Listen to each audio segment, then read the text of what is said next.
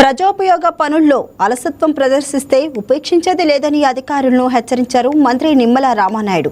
ప్రజల కోసం ఎంతో కష్టపడి అభివృద్ధి నిధులు తీసుకొస్తున్నామని, ఆ నిధులతో చేపట్టే పనుల్లో నిర్లక్ష్యం వహిస్తే కఠిన చర్యలు తప్పవని స్పష్టం చేశారు. పాలకొల్లు పట్టణంలోని ఇమ్మిడి సత్యనారాయణ 100 పడకల ప్రభుత్వ ఆసుపత్రి ప్రాంగణంలో జరుగుతున్న అభివృద్ధి పనులను అధికారులతో కలిసి పరిశీలించిన మంత్రి నిమ్మల ఆసుపత్రి ఆవరణలో పేరుకుపోయిన మట్టిని వెంటనే తొలగించాలని ఆదేశించారు. అభివృద్ధి పనులను నాణ్యతతో నిర్ణీత గడువుల్లో పూర్తి చేయాలని అధికారులకు ఆయన సూచించారు.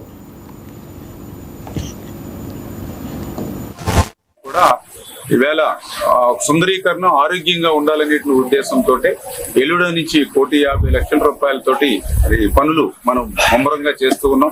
అదేవిధంగా డ్రైనేజీ లేదని అంటే దానికి కూడా 80 లక్షల రూపాయలు ఇరిగేషన్ ని శాంక్షన్ చేసి ఆ పనులు చేస్తూ ఉన్నాం.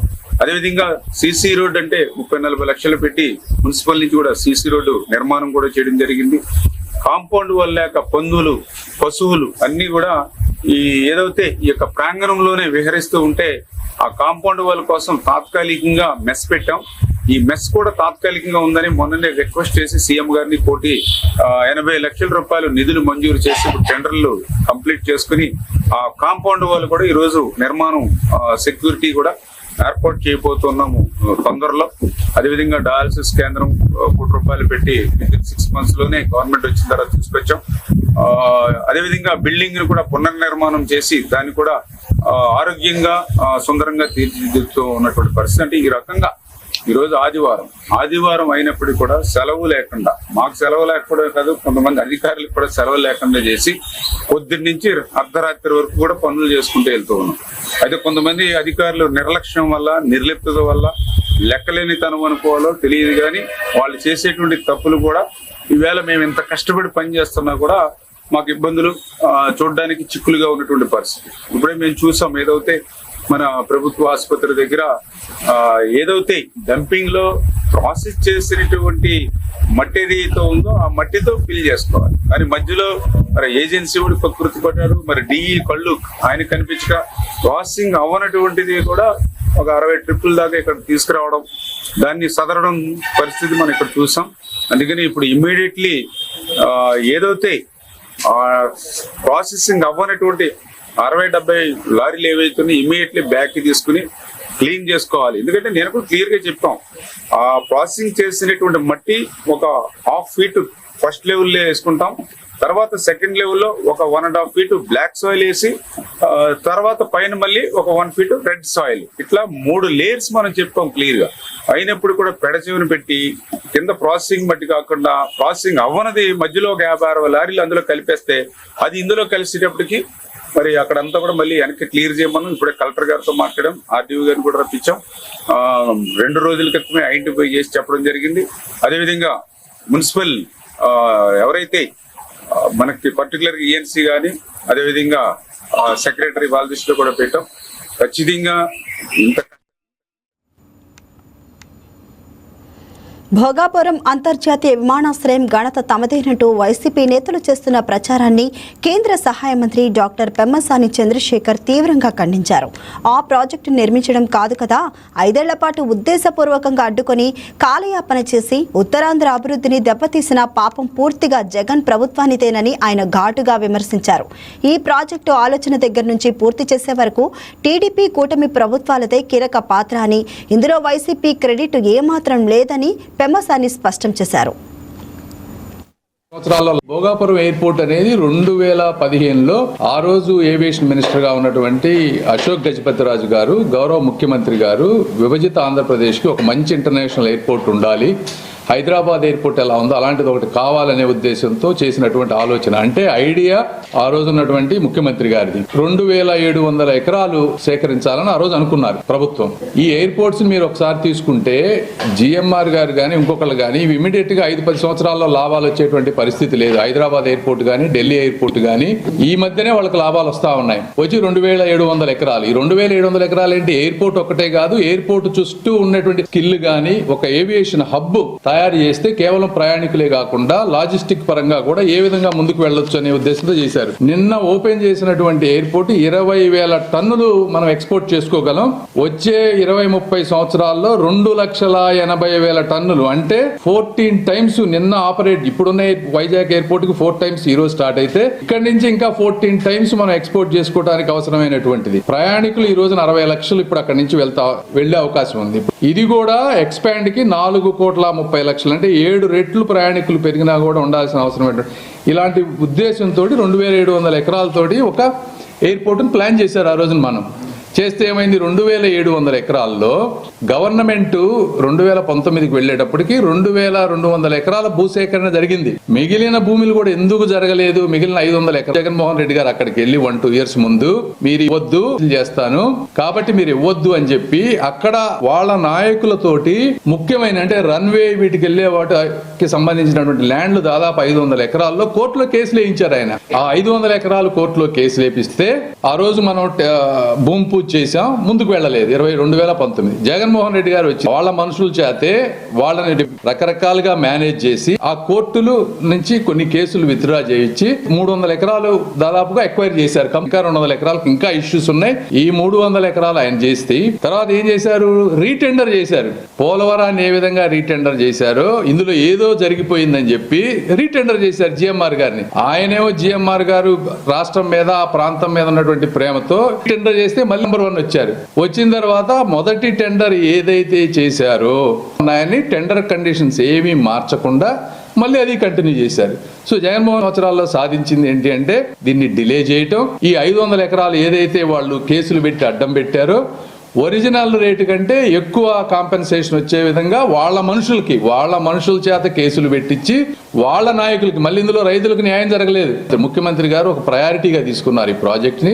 ప్రతిసార్లు రామ్మోహన్ నాయుడు గారు అక్కడికి వెళ్లి ఇవన్నీ క్లియర్ చేస్తే నిన్న కంప్లీట్ అయినటువంటిది భోగాపురం. మీరు చూస్తా ఉంటే ఇంత జరిగింది ఇందులో. ఈ జగన్మోహన్ రెడ్డి గారు వీళ్ళు అంటే ఐడియా కూటమి ప్రభుత్వాన్ని టెండర్లు కండిషన్స్ 80% ల్యాండ్ ఎక్విజిషన్ మాది.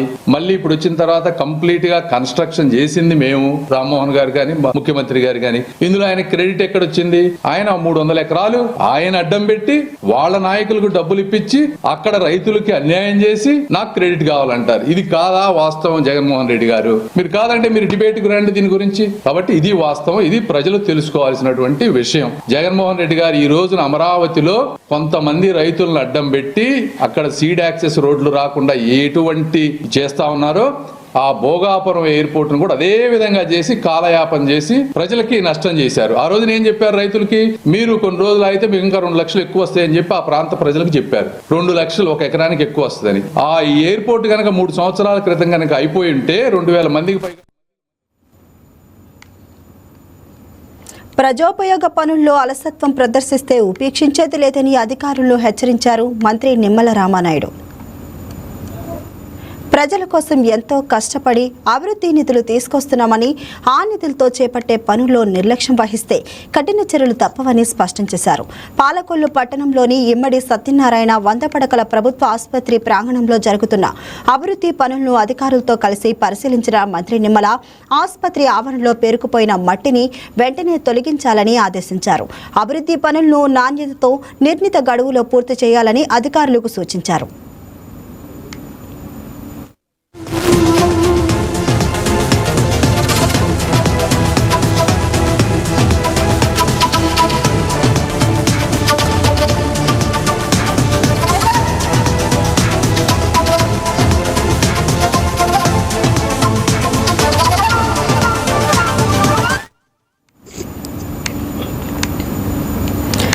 జాతీయ జెండా రూపశిల్పి మహానీయుడు పింగళి వెంకయ్యకు రాష్ట్ర ప్రభుత్వం మరోసారి విశిష్ట గౌరవం తెలిపింది.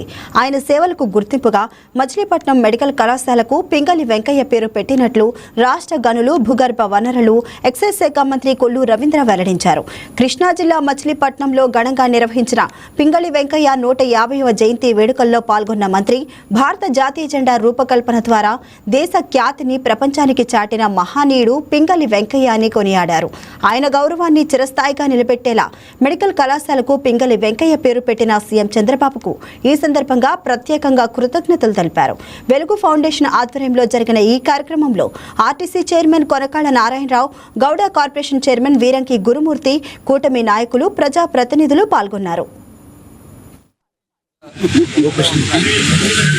స్వతంత్ర సమరయోధులు క్రీస్తుశేషుడు వెంకయ్య గారి 150వ జయంతి సందర్భంగా ఈరోజు మచిలీపట్నంలో ఆయన విగ్రహానికి పూలమాలలు వేసిన వాళ్ళు తీసుకోవడం జరిగింది. మరి ఆ మహనీయుడు ఆనాడు స్వతంత్ర ఉద్యమంలో పాల్గొనడమే కాకుండా ఆనాడు జాతిపిత మహాత్మా గాంధీ గారు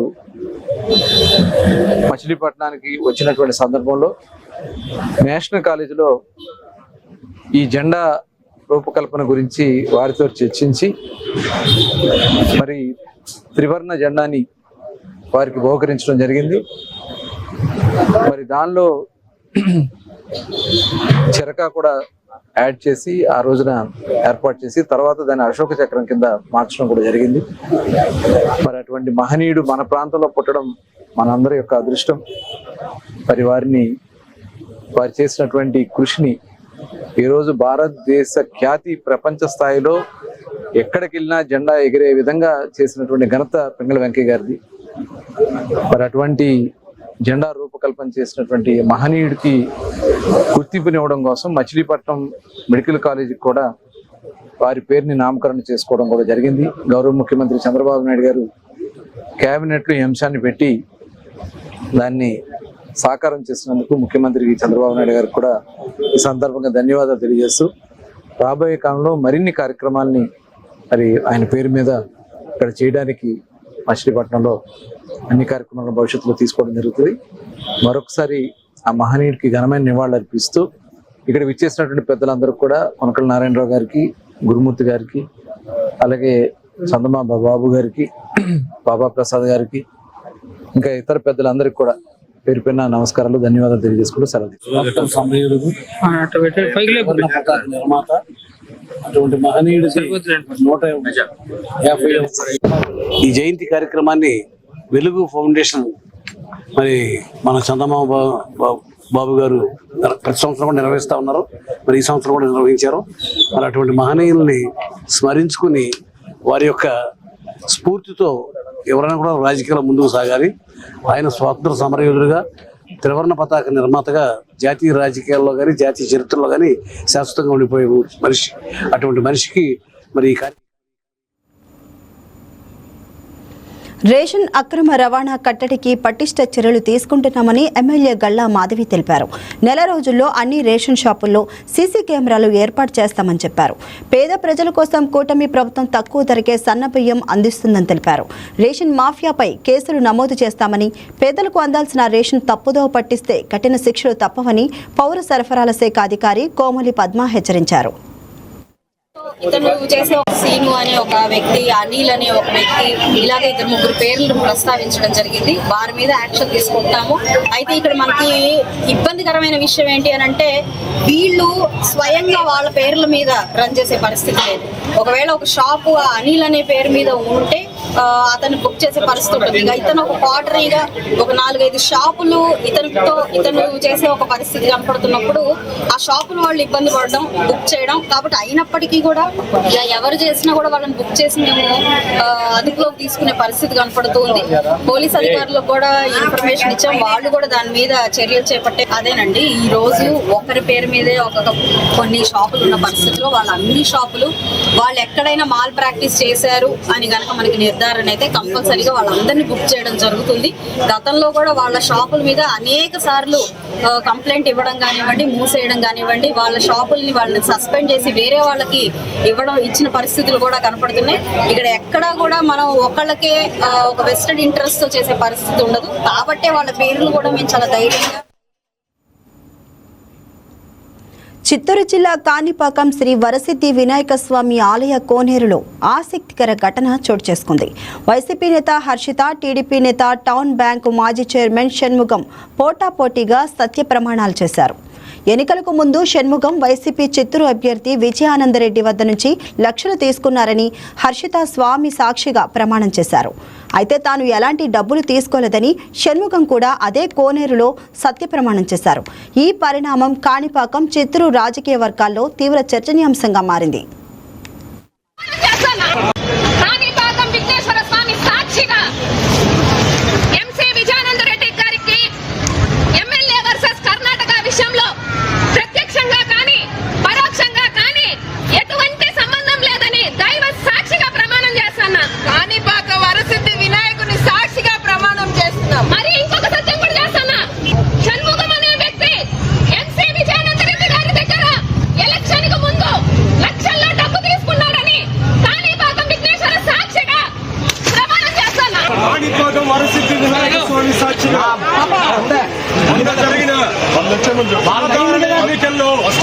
దాని తర్వాత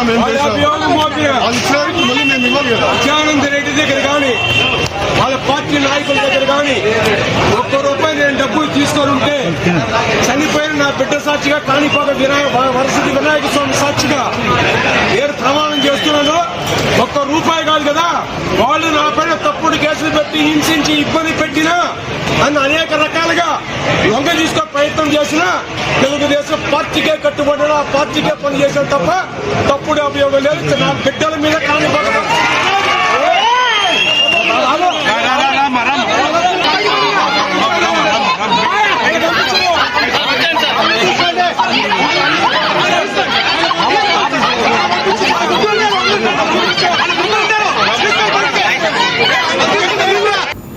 సికింద్రాబాద్ ఉజ్జయిని మహంకాళి అమ్మవారి బోనాల జాతర వైభవంగా సాగుతుంది. తెలంగాణ ముఖ్యమంత్రి రేవంత్ రెడ్డి అమ్మవారిని దర్శించుకుని ప్రత్యేక పూజలు చేశారు.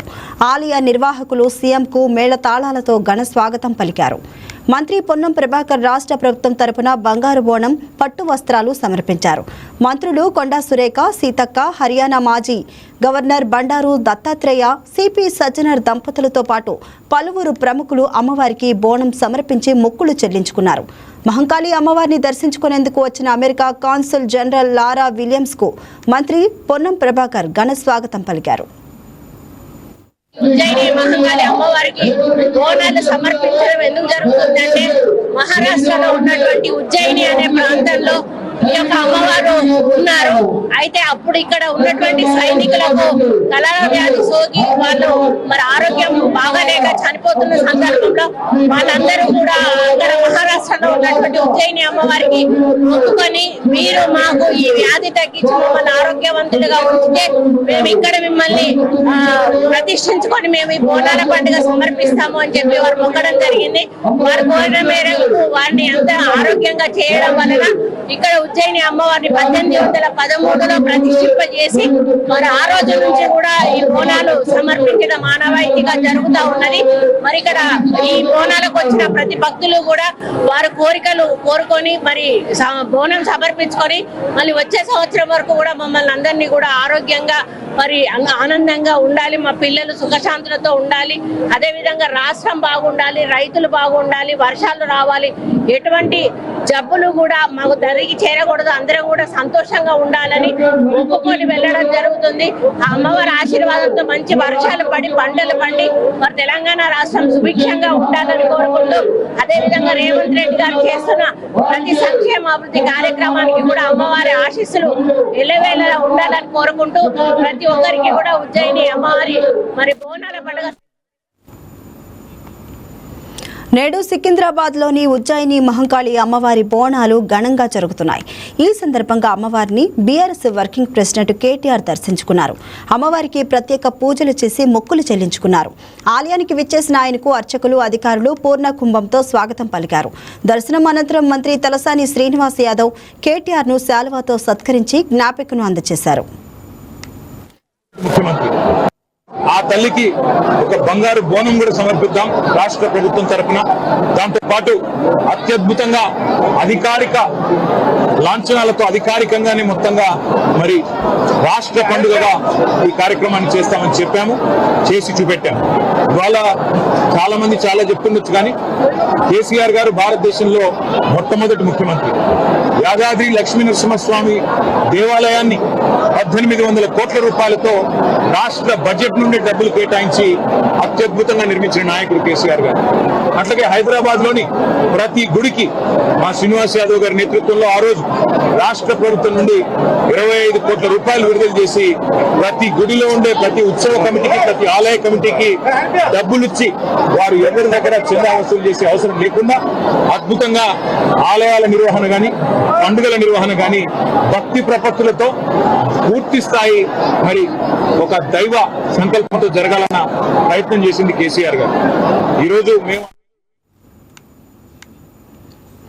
రాష్ట్రంలో హిందూ పండుగలు, ఉత్సవాల నిర్వహణ పట్ల కాంగ్రెస్ ప్రభుత్వం తీవ్ర నిర్లక్ష్యం వహిస్తుందని, నిధుల కోసం హిందువులు బిచ్చమెత్తుకునే దుస్థితి నెలకొందని కేంద్ర హోంశాఖ సహాయ మంత్రి బండి సంజయ్ తీవ్ర ఆగ్రహం వ్యక్తం చేశారు. ఇవాళ ఆయన సికింద్రాబాద్ ఉజ్జయిని మహంకాళి అమ్మవారిని దర్శించుకున్నారు.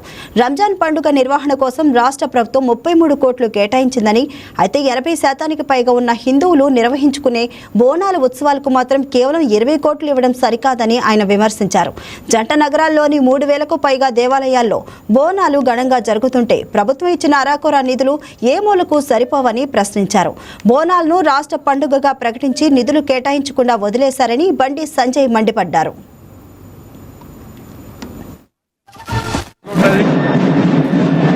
బోనాల జాతర సందర్భంగా హిందూ బంధువులందరికీ హృదయపూర్వక శుభాకాంక్షలు.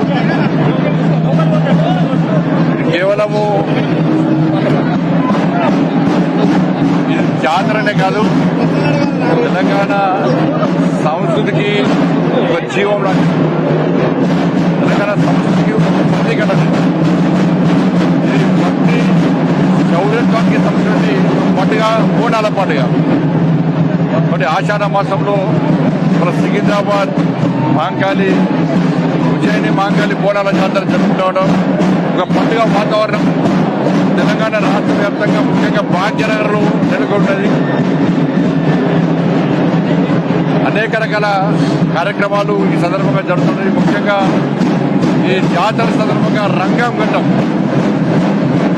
భవిష్యత్తుకు సంబంధించి సంకేతాల్సినటువంటి సూచించినటువంటి రంగం యొక్క ఘట్ట విషయంలో ప్రజలందరూ కూడా, రాజకీయ నాయకులు కానీ అందరూ కూడా ఆసక్తిని కనబరుస్తూ ఉంటారు. కాబట్టి మంచి వాతావరణంలో ఈరోజు ఈ పండుగను నిర్వహించుకుంటున్నాం. మనకు తెలుసు మహంకాళి, ఉజ్జయిని మహంకాళి ఉత్సవాలంటే, జాతర అంటే గతంలో కలరా, మసూచి వ్యాధులతో భాగ్యనగర ప్రజలు ఇబ్బంది పడుతుంటే, జనం పిట్టల్లా రాలిపోతుంటే, ఉజ్జయినిలో ఉన్నటువంటి సైనిక విధులు నిర్వర్తించినటువంటి మన సైనికులు ఆ మహంకాళి అమ్మవారిని వేడుకోవడం, ప్రజలను కాపాడాలని వేడుకోవడం, కాపాడితే వెంటనే పూర్ణములు సమర్పిస్తామని చెప్పి వేడుకోవడం సందర్భంగా అమ్మవారు కరుణించి ప్రజలను కాపాడిన సందర్భంగా ఇలా సైనికులు వచ్చి ఇలా విగ్రహం ప్రదర్శించి వాళ్ళ బోనాన్ని సమర్పించడం, అప్పటి నుంచి ఇప్పటికి కూడా ఇలా బోనాల జాతర నడుస్తూ ఉన్నది. లక్షలాది మంది భక్తులు ఇలా బోనాలను సమర్పిస్తూ ఉంటారు. అది కేవలము గుండెలో పట్టిన అన్నం మాత్రమే కాదు, ఆ తల్లి పట్ల మనకున్నటువంటి భక్తి, అపార గౌరవం అన్న విషయాన్ని మనం తెలుసుకోవాలి. మరి ఈ సందర్భంగా మరొక్కసారి ప్రజలందరికీ హృదయపూర్వక శుభాకాంక్షలు తెలియజేస్తూ, ఇవాళ భక్తులందరూ కూడా ఎండకెండుతున్నారు, వాన జరుగుతున్నారు. ప్రభుత్వము కనీస సౌకర్యాలు కల్పించడం ప్రభుత్వం నిర్లక్ష్యం వహించింది. ఇలా వాళ్ళకి ఎందుకు ఇచ్చారు, మాకు ఎందుకు ఇస్తున్న మంటలేము. 33 కోట్ల రూపాయలు రంజాన్ కోసం ప్రభుత్వం కేటాయించేది. జనాభా ప్రాతిపదికన తీసుకుంటే 88% హిందువులు ఉన్నారు. ఇవాళ తెలంగాణ రాష్ట్ర వ్యాప్తంగా హిందువులు పండుగ చేసుకుంటూ బోనాల పండుగ చేసుకుంటున్నారు. కేవలం ఈ